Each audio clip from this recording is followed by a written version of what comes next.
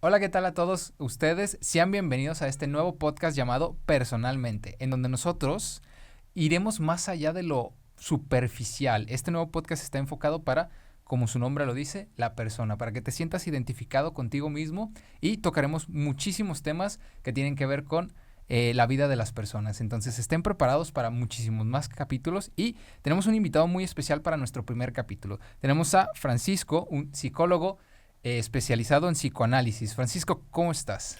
Muchas gracias por la invitación, muy bien, gracias. Perfecto. ¿Nos puede decir cuál es su proceso académico? ¿Cómo fue preparándose para llegar a este punto? Sí, claro que sí, mi formación básica es como psicólogo, egresado de la UNIVA en el año 2006. Me especialicé después en psicoanálisis básico y después me enfoqué en el tema de pareja y adultos. Aunque el psicoanálisis es, digamos, uno para todos, es una sola técnica, pues nos enfocamos en ciertas particularidades que nos interesan. En mi caso, el tema de pareja, pues es de lo más fuerte, ¿no? Muy bien. ¿Me puede decir su nombre completo para aquellas personas que no lo conocen? Claro que sí, mi nombre es Francisco Javier Batis Mariscal. Voy a empezar con una pregunta importante. ¿Qué es la terapia? Y no necesariamente con una definición técnica de la palabra como tal, sino como algo personal. Para usted, ¿qué es la terapia?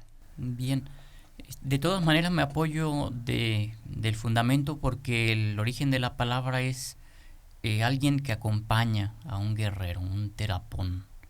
Entonces, yo lo siento precisamente así, como acompañar a el paciente que está doliéndose de algo emocional, de algo del alma, y es acompañarlo en el aliviar ese dolor, pero es algo más allá de aliviar el dolor.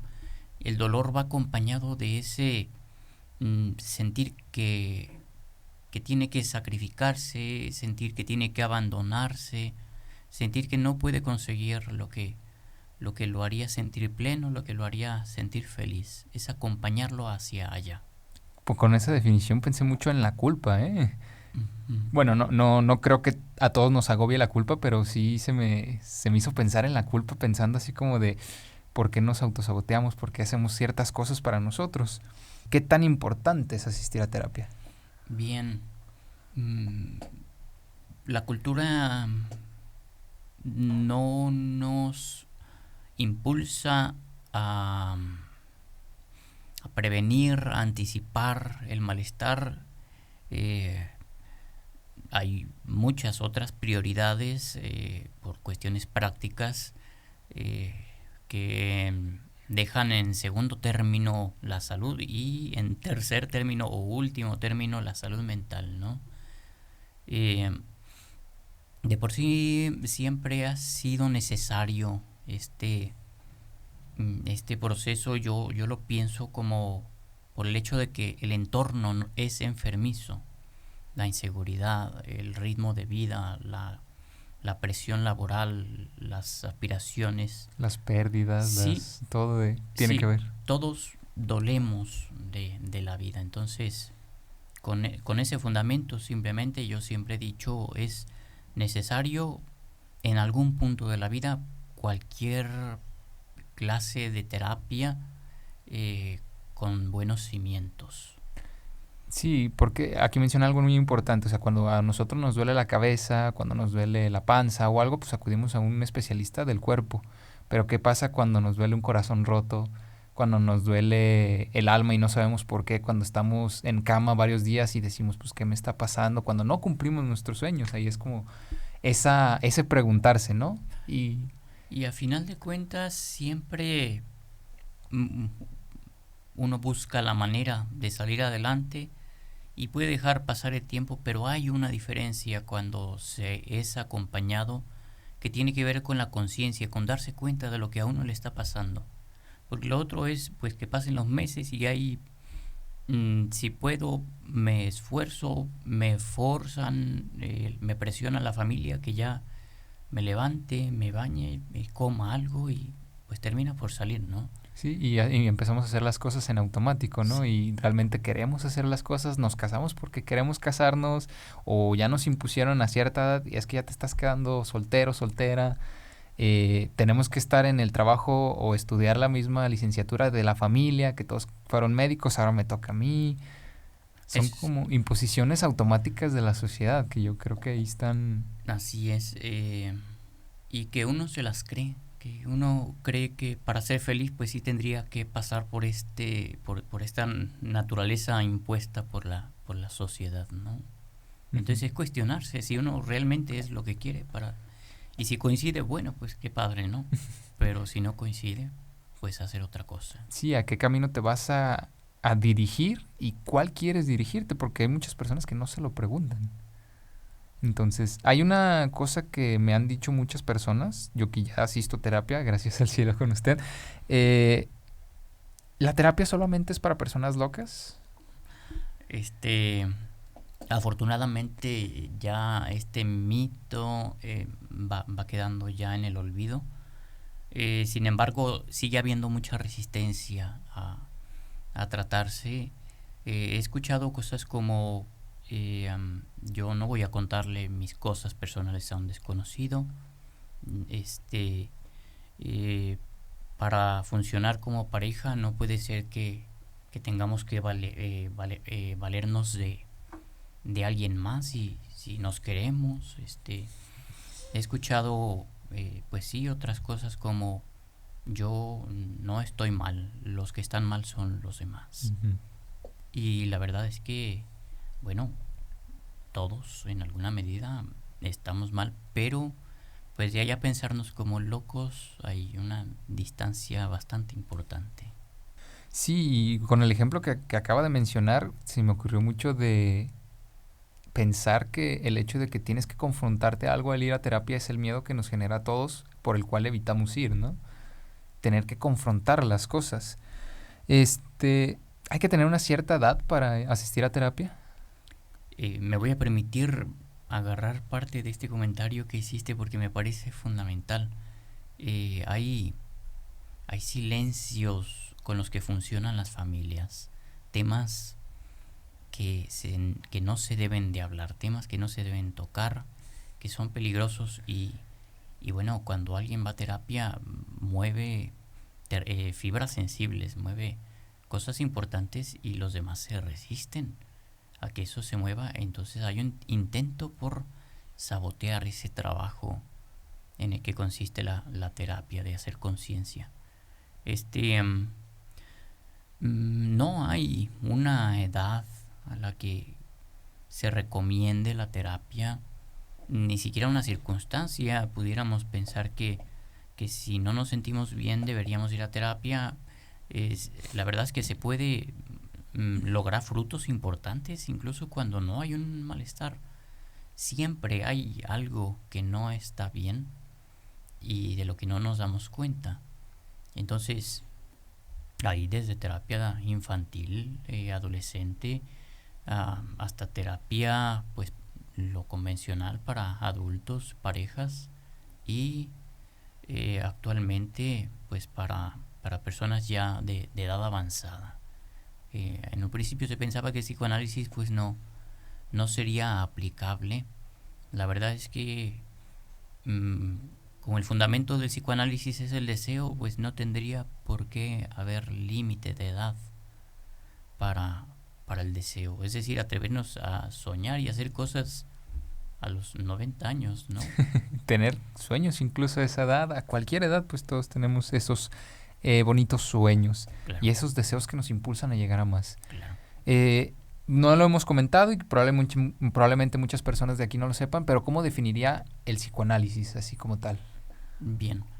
Eh, es una terapia que tiene como fundamento el deseo, eh, con una técnica cimentada con la idea de que hay un inconsciente, cosas que no sabemos que sabemos o que no sabíamos que sabemos y que terminan impactando en nuestras acciones, en nuestras relaciones.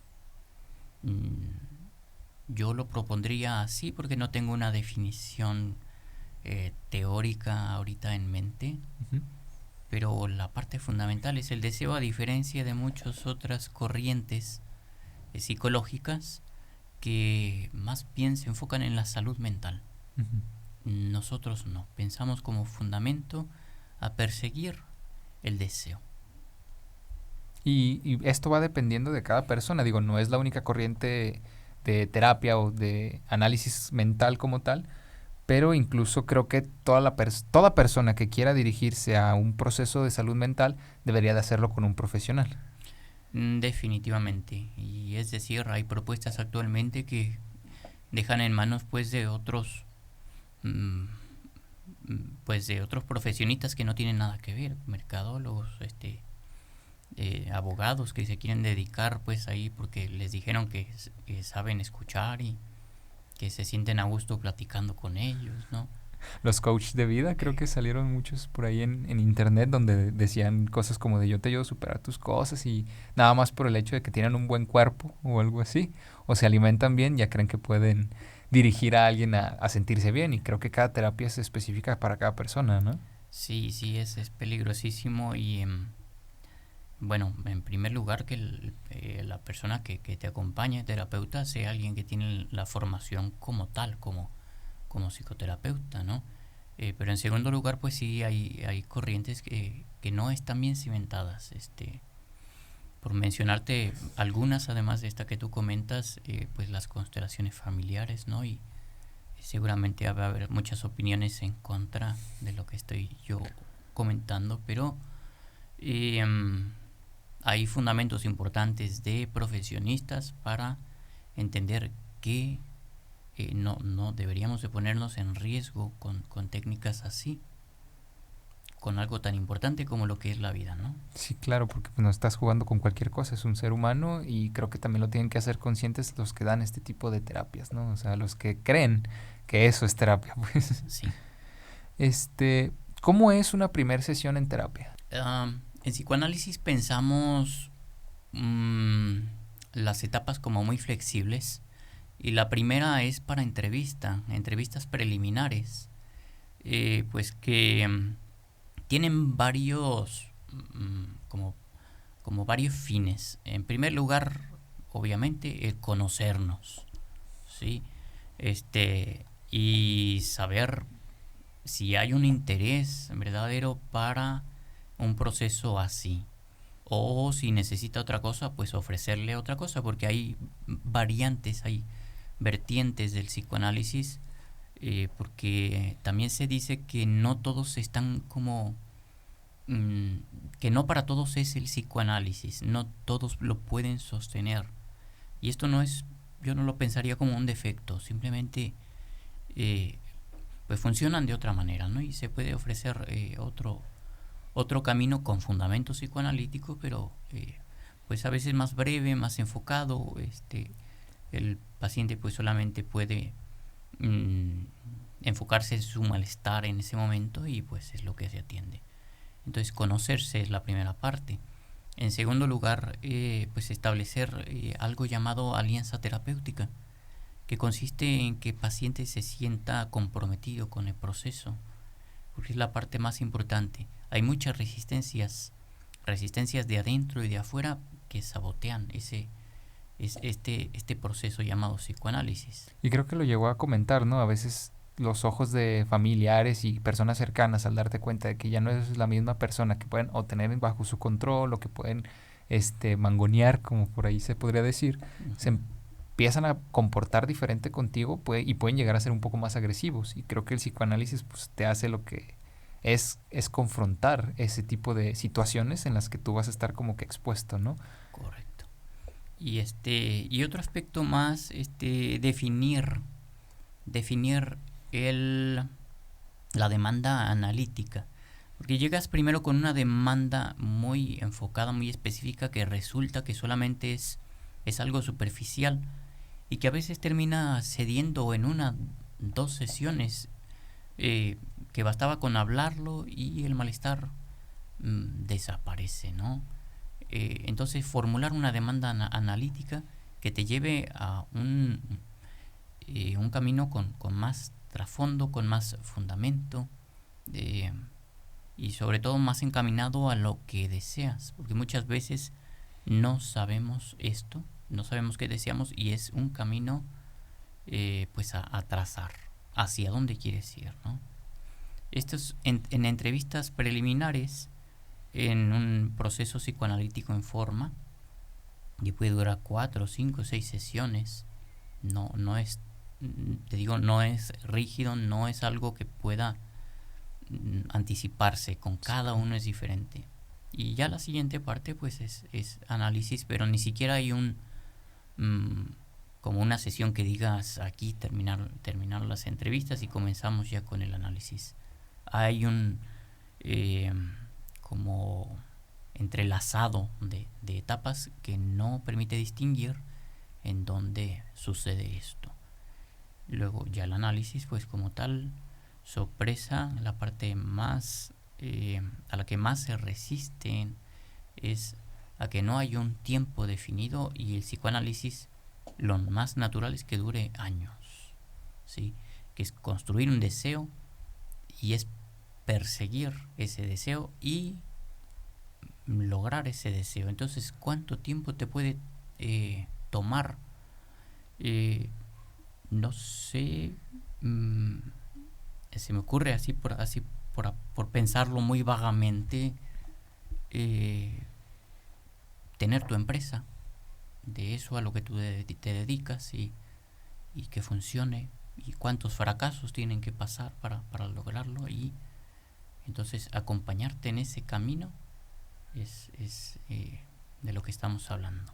Y de hecho creo que pues también no solamente es perseguir como tal un solo deseo. Digo, muchas personas a veces quieren como muchas cosas, ¿no? Que yo quiero tener una pareja estable, que quiero tener esto, que quiero mi empresa, que quiero trabajar en aquello. Y no sé, o sea, yo siento que incluso al momento de tener ese deseo, pues hay que ir por más, ¿no? O sea, Además te estoy hablando del deseo de una manera como muy sencilla. A final de cuentas nunca estamos completos. Es algo esencial, algo estructural, estar en falta, querer más. Y no está mal. Cuando dejas de querer, algo no está bien. ujú. Y realmente, ¿qué es lo que quieres? O sea, ¿querías lo superficial o querías lo que está más dentro de ti, ¿no? Así Y es. creo que descubrirse es súper interesante, ¿no? Esa es la parte más bonita, descubrirse uno y eh, construirse como uno quisiera ser. Tenemos un ideal. Me gustaría ser esta persona y trabajar por llegar a ser esa persona que a uno le gustaría. Y creo que en nuestra propia percepción vemos lo que nos rodea, ¿no? O sea, cuál es nuestra percepción de lo que lleguemos, lo que queremos llegar a ser, y cuando se nos abren los ojos de lo que creíamos que sea bueno, lo que creíamos de lo que queríamos, no sé si lo hice muy confuso. Pero es así de confuso ese Ujú. ideal, ¿no? Sí, porque ¿qué tanto sabemos de la perspectiva que teníamos de un prospecto de lo que queríamos llegar a ser? Sí, es muy complicado hablar de esto. Es complicado hablar de Sí. esto, es cierto. Y realmente si nos conviene a nosotros, porque pues creo que también es un proceso en el que tienes que saber cómo vas a vivir tu vida, ¿no? Sí, incluso saber decir hasta aquí, ¿no? Eh, si ya hay muchos intentos, se va acabando el deseo, pues saber también cómo vivir sin eso, ¿no? Ujú. Que aferrarse a algo que no está funcionando, que no te está retribuyendo y que ya ni siquiera te interesa, pero estás ahí, también hay una renuncia al deseo. Entonces, sí, es bastante complicado hablar de esto y puede resultar confuso porque, bueno, el trasfondo, el bagaje de la teoría es filosófico, es pensar y es preguntarse y es cuestionarse y es dudar de, pues, de todo lo que se está dispuesto a dudar. Preguntarse sobre todo. Sí, Entonces, ¿es difícil seguir este proceso terapéutico para una persona? sí, sí es difícil y hay, pues, en su mayoría la resistencia termina por vencer y sin embargo hay logros con el tiempo que se haya logrado sostener este proceso. Pero es difícil continuar, hay resistencias y hay sabotajes y hay muchas complicaciones y existe una sola forma de continuar y es muy simple: seguir en cada sesión. Me suena bastante simple, todo lo que tengo que hacer es ir, pero termino por querer no ir. Y creo que el inconsciente también genera sus propias barreras, ¿no? Al momento de estar confrontándote. Lo dices como conociendo de la teoría, Eric. Es que sí, bueno, ya tengo un proceso terapéutico contigo que sí me ha pasado que a veces dices, se te olvida una sesión o dices, no quiero ir o por qué no quiero ir y te haces como 7 preguntas antes y a veces llego y se me olvida qué tenía en la mente, o sea, digo, tantas cosas que me cruzaban y ahora estoy en blanco, ¿no? Es correcto, sí, las resistencias son inconscientes y no se da uno cuenta de qué es lo que lo está deteniendo, ¿no? Para alcanzar eso tan importante, eso que se supone tan importante como lo es el deseo. No hay otra cosa que pueda moverte más que lo que tú quieres. Dígame, ¿es costoso ir a terapia? Es muy costoso y se enfrenta a un montón de resistencia. Y sé que te refieres al dinero, pero la parte más costosa es esa otra de la que ya estamos hablando. Enfrentar la resistencia. Económicamente hay varias posturas al respecto, ¿no? Y hay quien tiene pues tarifas así muy rígidas, muy específicas, quien se puede dar el lujo de cobrar 800 pesos una sesión semanal, ¿no? 1200 pesos, 200 pesos, o hay quien no tiene una tarifa o quien puede ser flexible. La verdad es que esto se tiene que mover, se mueve naturalmente con el proceso. El dinero refleja algo de lo que llevas dentro, entonces conforme va progresando el proceso, algo le va pasando al económico, no siempre bueno, no siempre te va mejor, pero pues es signo de que algo te está pasando adentro, ¿no? Entonces, de alguna manera sí termina repercutiendo en lo económico este proceso y apuntas a que te vaya mejor, ¿no? Digo, ¿a quién no le interesa el dinero? Entonces,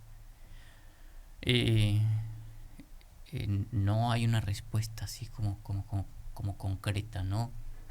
Entonces hay una parte importante para este aspecto del costo del dinero y que tiene que ver con algo que llamamos encuadre, las reglas del juego, ¿sí? Entonces no podemos permitir que a este proceso lo dirija el dinero como tal. Entonces, si no hay dinero, podemos continuar con el proceso y se trabaja con una deuda. Hay un endeudamiento traducido en dinero, ¿sí? Y que la deuda muchas veces tiene como trasfondo algo que no está funcionando adentro, o a veces puede significar otra cosa, que uno ya es capaz de sostener una deuda. No todos son capaces de responsabilizarse del endeudamiento. Entonces, es un recurso el encuadre para poder continuar, para que el dinero no sea el obstáculo, porque cuántas veces el dinero es el motivo aparente para no iniciar un proceso, para dejar de lado algo tan importante como lo que es tratarse a uno, tratar el alma, ¿sí? Tan importante que es todo esto para que, digamos, no ir a terapia. Pero si lo multiplicas, no sé, 200 pesos por sesión, por 4 semanas, 800 pesos, y lo vas multiplicando, pues se hace un dineral, ¿no? Eso es un poco lo que lo hace complicado de sostener, que cuando llegan no tienen idea de cuánto pueden, y como la parte más importante de la vida de muchas personas es el dinero, pues Pues habrá que ver qué onda con su deseo. sí, sí, sí, exactamente. Exactamente. ¿Qué están dejando de lado en función del dinero, no? Y sí, y si están dejando de lado su felicidad, Ujú. porque he visto que muchas personas están en un trabajo que no les gusta, por estar en un seguro que no les gusta, por estar en muchas cosas que no les conviene y no se han preguntado el por qué siguen ahí. Por las tan preciadas prestaciones de ley. Que creen que todo lo de antes pues era lo que se tenía que seguir y creo que el tiempo y la sociedad van cambiando de manera súper rápida y más en estas épocas, que ahora ya es todo comunicación y tienes como que al alcance diferente tipo de cultura, incluso de otro país. Sí, hay mucha diferencia en las últimas generaciones y creo que es parte de lo que posibilita el abrirse a esta clase de proceso. Este, pero pues sí, implica una especie de revolución respecto a otras generaciones, ¿no? Para no aspirar ya a una casita del Infonavit. Donde no cabes. Bueno, ¿qué opinaría que ahorita, bueno, por lo menos en mis redes sociales y lo que he visto con personas cercanas, la terapia, el conocerse y el darse amor como uno mismo, se ha visto ya cada vez más normal? Cada vez más personas te dicen que deberías de conocerte, que deberías de preguntarte qué quieres y que deberías luchar por tus sueños. Es cierto, es una parte que a mí me encanta de las nuevas generaciones, que hay que reconocer, hay muchas críticas hacia ellos, ¿no? Eh, la verdad es que son el resultado de toda la historia. A mí me parece muy importante esto que está sucediendo porque me parece que tiene un impacto incluso en las aspiraciones en lo comercial, económico, que ya no están conformes con lo que ofrece el, el sistema, en el sentido económico, en el sentido comercial. Y de hecho tengo un ejemplo muy importante. Había visto una imagen de un McDonald's que creo que estaba ofreciendo un salario extra aparte del que ya ofrecen como salario y que regalaban cosas a los 6 meses. Creo que decía un iPhone si dura 6 meses trabajando con nosotros, pero y lo tengo en conciencia conjunto de muchos jóvenes, ya no nos gusta un trabajo que te exijan 8 horas diarias y que a veces te digan, no, pues horas extra, pero no te las pagamos. O sea, ya no estamos para un sistema muy capitalista en el sentido de empresarial, como para dejarnos llevar solamente por horarios, tengo que estar en el seguro que tú dices, tengo que tener el crédito que tú me estás pidiendo y todo esto va actualizándose. Ya un joven, siendo honesto, no por decir que somos flojos, pero ya no aceptamos lo mismo que nuestros padres aceptaron. Es cierto, mira, me sorprende este comentario, este ejemplo que me estás poniendo, porque ayer comí en uno de esos lugares precisamente. este no suelo hacerlo, pero pensábamos en el capitalismo precisamente, mi esposa y yo, y, y yo pensé, ¿cuál es el defecto de venir a comer a un McDonald's? Que estamos abusando de los empleados, que los empleados están trabajando por muy poco y que uno está propiciando que el sistema siga funcionando así. Y a mí se me ocurrió, pues si ese es el problema, pues creo que tendríamos que retribuirles, reconocerles. Y yo le ofrecí una propina a la cajera y no lo tiene permitido. Y hay vigilancia para que no lo acepte, pues ahí dejamos escondido el billetito esperando que lo encontraran, ¿no? Pero muy buen punto, muy buen punto. Ujú. ¿Un psicólogo, un especialista asiste también a terapia? Sí, y esta parte también me parece que es de lo que hace la diferencia respecto a esos caminos en donde no hay un fundamento y una preparación. El psicoanalista tiene que ir con un psicoanalista, tiene que terminar un proceso de análisis, es parte de la formación, es uno de los 4 requerimientos para ser psicoanalista, el haberse tratado. Por una parte, sí, cuando uno se conoce, entonces tiene y adquiere la capacidad para reconocer en dónde no puede trabajar, con quién no puede trabajar, qué de lo que está trabajando no es del paciente y es de uno. Y por otro lado, contribuye a la definición del estilo del analista. Tenemos que construirlo porque trabajamos con nuestra persona. Entonces, saber cómo nos movemos naturalmente, cuál es nuestra forma, ¿sí? Si no sucede así, de esa manera natural, subjetiva, mm, no hay un análisis porque no hay una relación. Estás tú con alguien más, con alguien fingido, con alguien que se aprendió una técnica y no está trabajando con su persona. Entonces, a lo que me menciona, el proceso terapeuta cuando está con alguien es más personal que solamente las técnicas, ¿no? Así es la parte, yo creo que es la parte más importante, el que uno trabaja con su persona. Y de paso, pues te menciono hay, los otros tres requerimientos que tiene que ver, por otro lado, con el haber estado en una supervisión con alguien que tiene la experiencia, toda la capacitación y la parte teórica, estudiar, leer y aprender de todo de lo que se necesite saber, ¿no? Incluso no solo de teoría, también del contexto, meterte a TikTok si necesitas y vas a trabajar con cierto grupo de personas, lo tenemos que hacer para saber de qué estamos hablando. Entonces, son los requerimientos para poder ejercer como psicoanalista. ¿Hay algún proceso terapéutico que diga yo no puedo trabajar contigo o no me siento capaz y lo manda con otras personas? Sí, por supuesto, claro que sí. Sí, y es importante, es fundamental reconocerlo, que no podemos con todos y no tenemos por qué poder con todos. Alguien más seguro podrá, pero si yo no soy capaz y tomo un caso, estoy incurriendo en una falta ética, estoy incurriendo en un engaño,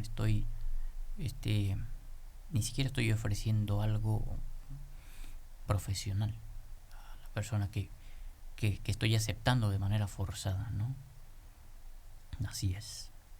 Y bueno, no quisiera como exponer a ciertas personas o algo así, pero no sé si tenga algún ejemplo de un caso que diga esto fue súper complicado para mí y lo tuve que poner en otro contexto. Sí, por supuesto, no, sin exponer al principio de mi experiencia profesional,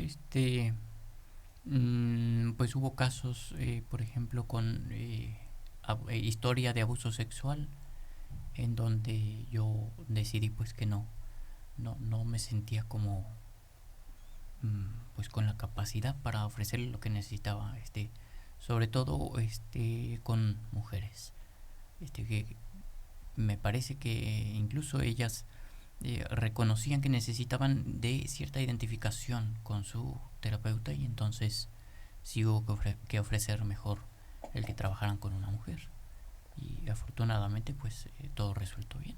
¿Sí cree que haya diferencia entre un psicólogo hombre y un psicólogo mujer? Sí, pero una diferencia que tiene que ver con la subjetividad. Esto es algo generalizado, hombre, mujer, masculino, femenino. Ser un analista joven de 25, 30 años, que es demasiado joven para un analista. Uno que tiene 60, 65 años, porque varía en el estilo y varía pues ya en el momento ya de desenvolverse. Pero no podría hablarte como de diferencias específicas, solo que sí es importante que el paciente se sienta cómodo con su analista, lo elija, y si no se siente a gusto, pues puede estar respondiendo a resistencias, pero si en el principio siente como que no encaja, que ni siquiera porque esté haciendo algo mal el analista, sino porque no se sienta cómodo, reconocerlo y seguir buscando, incluso a la persona con la que está acudiendo, pedirle alguna recomendación de alguien más y hablar abiertamente sin ningún tapujo de esta incomodidad, ¿no? Muy bien. Ya por último, quería decirle a ver si tiene algunas palabras para las personas que nos están viendo y escuchando. Si ¿cómo les recomendaría terapia? ¿Cómo es este proceso? Si la verdad van a tener alguna ventaja con él. Sí, simplemente el acercamiento a mí me parece que es algo muy fructífero, entonces invitarle a quien tenga esa inquietud, de conocerse, de explorar esta parte del sí mismo, del deseo, simplemente a una entrevista, ciertamente no se pierde nada. Siendo por el dinero hay mucha accesibilidad al respecto. Muchos nos manejamos desde esta postura, en donde queremos posibilitarlo, y hay quien lo ve como una demeritación de nuestro trabajo. Termina siendo muy fructífero. Entonces, invitarlos por lo menos a conocerse en una entrevista, con las preguntas simplemente que surgen en una entrevista, se aprende mucho de uno, y por lo menos esto puede despertar una inquietud de ir más allá, y de abrirse a la conciencia del preguntarse, la conciencia del ¿estoy bien? No estoy bien. Por ahí ya hubo una ganancia muy importante. Perfecto. Bueno, pues este fue el capítulo con Francisco a base del psicoanálisis. Estuvo increíble. Muchísimas gracias por venir. Muchas gracias también a ti por la invitación. Como dije, aquí van a estar sus contactos en dado caso de que quieran ponerse en contacto con usted o agendar alguna cita para la gente que venga de Guadalajara. Pues aquí es donde recibe pacientes, Francisco. Y de todo el mundo. Ahora trabajamos de manera remota. Ah, ¿en serio? Sí. Sí, cierto. Pues puede tener por teléfono, quien guste también puede darse la oportunidad, incluso desde la entrevista, como ya acabamos de ver. Pues bueno, esto fue personalmente para ustedes nuestro primer capítulo. Esperemos que se hayan divertido. La pasamos increíble aquí y nos vemos en el próximo capítulo.